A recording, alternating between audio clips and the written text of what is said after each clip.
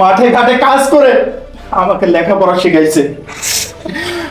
আমি যদি একটু কষ্ট পেতাম, আমার বাবা ছুটি চলে আসতো, আমাকে জিজ্ঞেস করতো, বাবা কি হয়েছে তোর বল, আমি তো সব আবদার পূরণ করবো, তোকে সকল চাহিদা পূরণ করবো।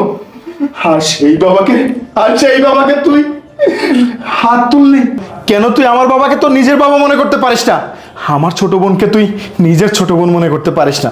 আরে আমি তো তোর মা বাবাকে নিজের মা বাবা মনে করি, তোর ছোট বোনকে, তোর ছোট ভাইকে আমি নিজের ভাই মনে করি।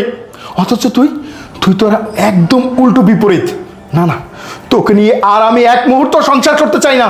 তুই এখন এই মুহূর্তে আমার বাসা থেকে বের হবি, না হলে তোকে ঘাড় ধাক্কা দিয়ে এখান থেকে বের করব, জ্যান্ত মাটিতে পুঁতে ফেলবো তোকে মারতে মারতে। আমার সামনে থেকে এক্ষুনি সর বলছি, বেরো বেরো বলছি বাসা থেকে।